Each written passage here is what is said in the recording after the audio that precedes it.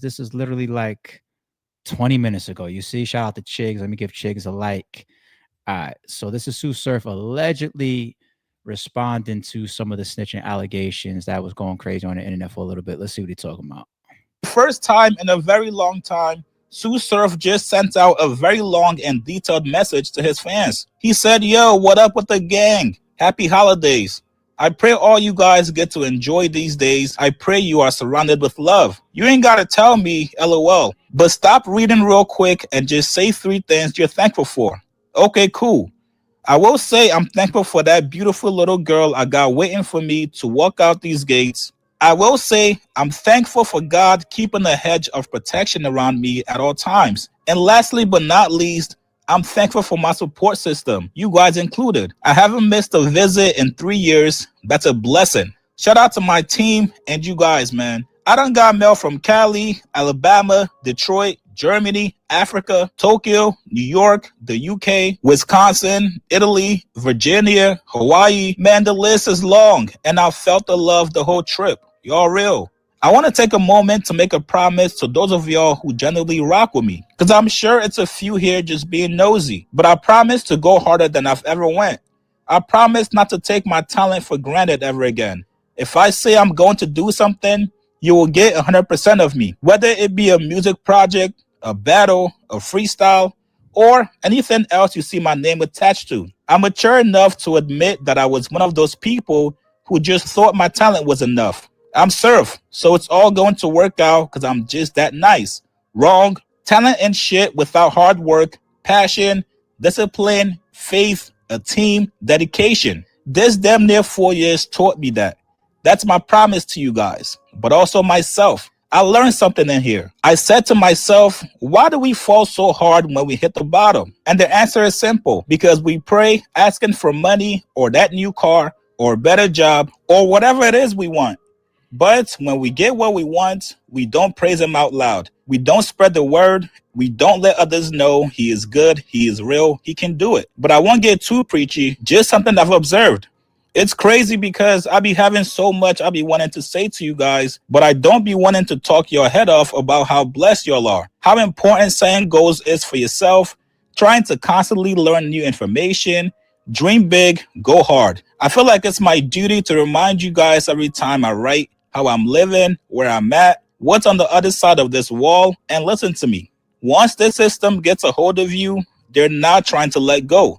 Throughout this time in here, I've had some deep conversations with some real gangsters, real trappers, lifers, real killers, just being honest, real gang members, most importantly, real men. And the one thing that's become consistent in these conversations is a definition of gangster. When I talk to these men, nobody's saying the bricks they sold was gangster, or the bodies they dropped was gangster, or the 360-month jail sentence that judge gave them was gangster. 90% of the men I have real conversations with regret this shit. Facts. They talk about how the real gangsters is home with their kids watching cartoons, how gangster it is to go to work, support your family, be there for the people that need you. It seemed like the silly dudes is beating down the door to get in here, and the dudes in here is begging to get out. They all tell me how none of the homies they was sliding for and doing the dumb shit with even reach out. Don't check on their mamas or hit their baby moms to see if their kids need anything. How the homies can't even send a cash app. I'ma say this, don't wait to be down and on your ass to see who really fuck with you. Cause I literally seen grown men cry, talking about who they thought should be there. It's not funny, but a lot of times I catch myself laughing when I find myself thinking about how nobody talk about the consequences. It's intriguing. Nobody rapping about how bullets hurt. How if them people find that gun with the drugs, that's a 92 4C. Google it. How trash these jail calls is with your kids, or how your mom's crying at the visit because she blamed herself. How it feel getting mail that such and such died. Everybody got ops and 30s and slide and with the shit, which is all reality. But everybody avoid the elephant in the room, the consequences. But hey man, I'm just a narrator for the ghetto. What do I know? But in lighter news, man, I love you guys.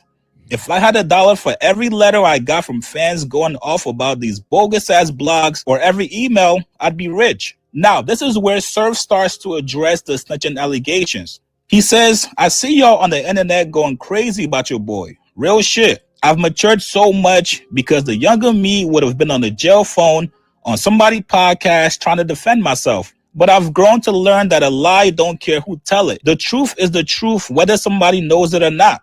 And in the words of my OG mother, what's done in the dark, eventually, you know the rest. But yeah, anyways, let's do a little federal penitentiary 101. This place I've been living the last few years of my life, this place where it's an assault 345 days out of 365, we got rules here.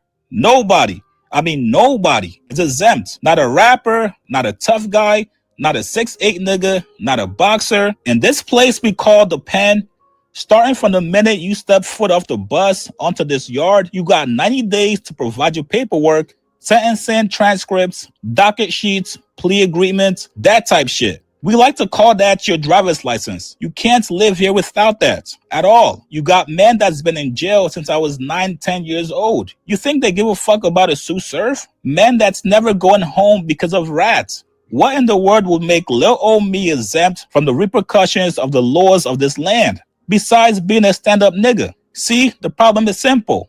I read this wonderful book called Richest Man in Babylon, and in it, I got some sound advice.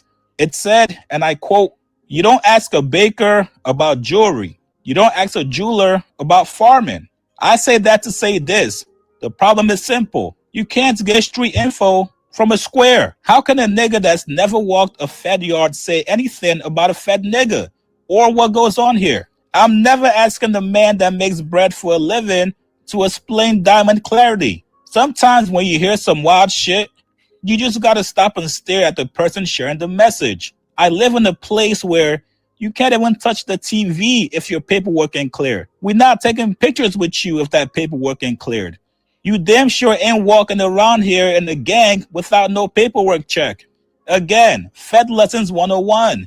I have 9 co-defendants in the Bureau of Prisons all over the country. The men in this jail also have family and co-defendants all around the Bureau of Prison. So even though it's 120,000 men in the federal system, we're a pretty small community, if you get what I'm saying. You don't think somebody that got told on living in another prison would relay a message to someone in the same jail as the said rat to get his ass crushed? Please be clear. This is coming from a place of entertainment. I figured I could teach you guys a few things about this place while getting a good laugh. Oh yeah, this message is brought to you live from general population.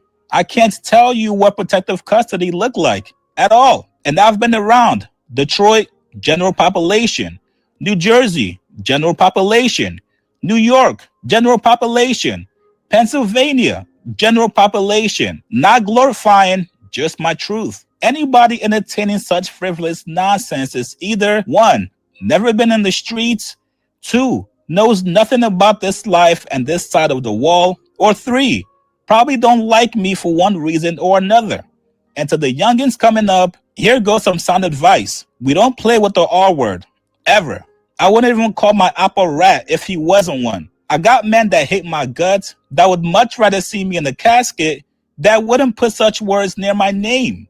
Why? Because that ain't what real niggas do. This place I live in right here, it's law. You call somebody a rat, you got 60 to 90 days to prove it, or we gonna do you like you the rat. Real niggas don't play with that word without black and white proof. I'm not mad at no blogger though, because their job is to get you to press play. That's it. They don't gotta live by real nigga rules, but I digress. Anywho, the clock is doing everything but stopping.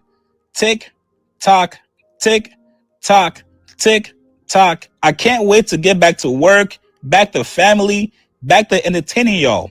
Soon, y'all will never have to keep up with me through jail mail again. Ever. Until then, remember, only the strong survive is a myth. The smart ones survive too. So, there you guys have it. Like I told you guys, this was a very long and detailed message. Said a lot. Said a lot. Shout out to Tsu Surf, man. Free Tsu Surf. Shout out to Surf, man. I'll do the back half first. Once again, yeah, he definitely said a lot. Anybody especially that's in the entertainment world, or would have, and then definitely if you're in battle rap, would have addressed that in one form or another. And it looks like he didn't wait to come home to address that. You get some type of feedback out there.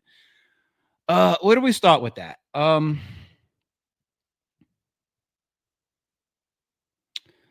right. Let me chop down one thing that he said that I definitely disagree with. And I happen to be a podcaster that was very in the mixed of trying to get into the reads, reading the paperwork, reacting to the paperwork. I peeped when his co-defendant came out. You guys saw it. I did like 3 or 4 videos on it. I got to the conclusion that Tsu Surf is not a rat. Okay, that was my personal conclusion after all of it. But I disagree with Surf with the whole a square, or there are certain people that you can't go to for certain information. The premise of what he read in the book, like in a general form, has a lot of accuracy to it, which is you go to the people that have experience in that particular area to get the highest amount of information that should be relevant, right?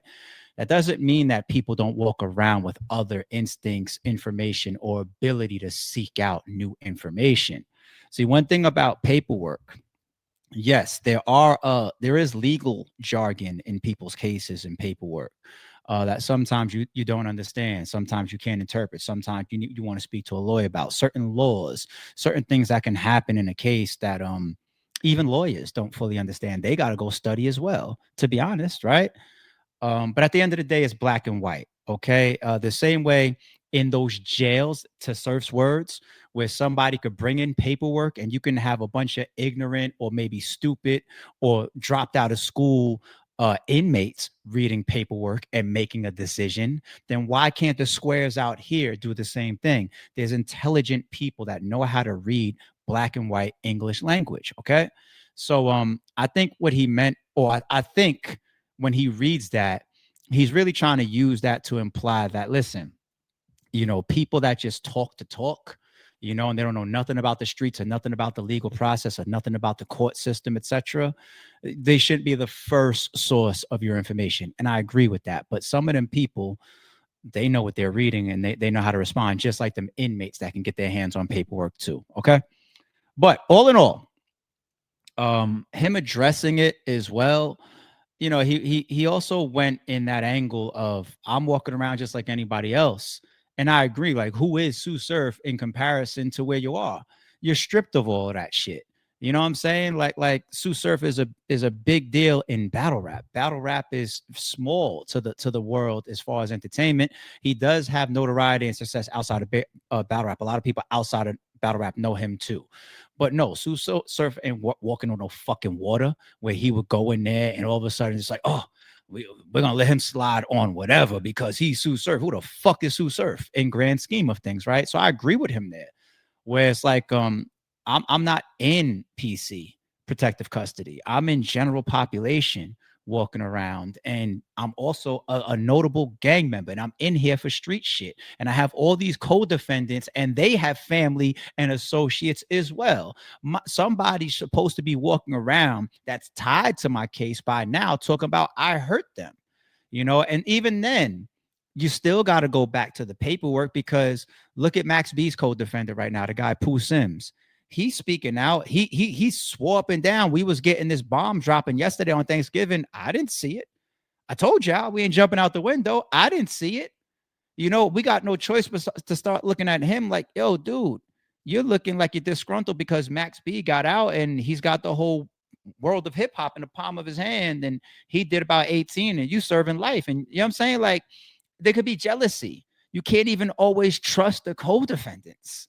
You know what I'm saying? Like, at the end of the day, you can't trust the lawyers. You can't trust the co-defendants. You got to go by the paperwork.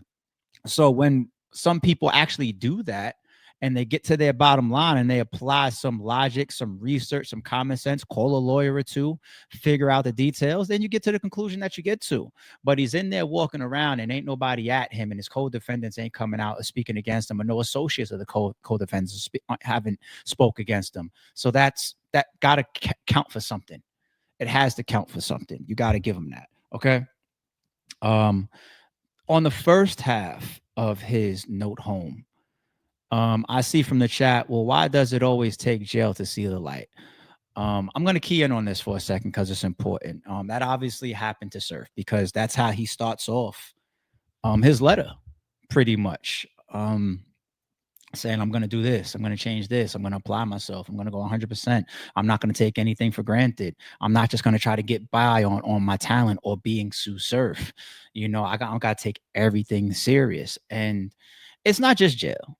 A lot of us go through life events that change you.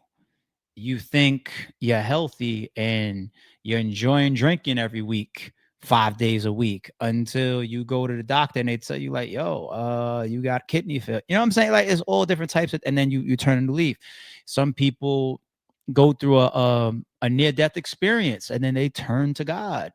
Look at Pulp Fiction. There goes a classic example, right? You're talking about Samuel L. and John Travolta in that room. Dude comes out from the bathroom, unloads a magnum at them. They look at each other. The bullet somehow miraculously just didn't hit them at point blank range, damn near. Sam thought it was an act of God, And what did he do after that? He said, I'm out the game. That's it. I'm going to deliver this briefcase. And then after that, I'm done.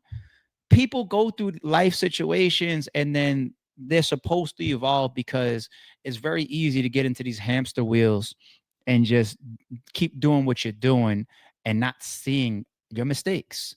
You know, uh, you don't realize how much we've survived until you look back. And sometimes you need to stop, or something needs to stop you to look back. Like any women or fellas in the chat that had a very sexual, active high school or 20 when they were in their 20s or went to college, tear shit up, not using condoms or whatever.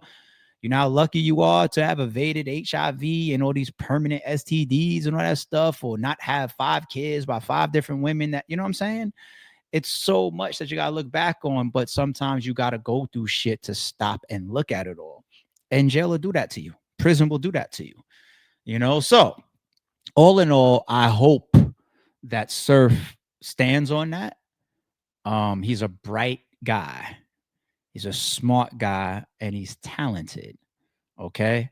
So if a situation like this humbles you and makes you take life and your family and your talent not for granted, and you turn over a leaf that moves you more in a productive manner and keeps you out of certain places and away from certain people, like a Surf ain't got no business DMing no fucking weed sales and shit. He stay away from it. If he comes out being the same person, then we're just gonna say you ain't learned shit. Okay. So I'm glad that he wrote that first half before we talked about the snitching shit. So shout out to Surf. Okay.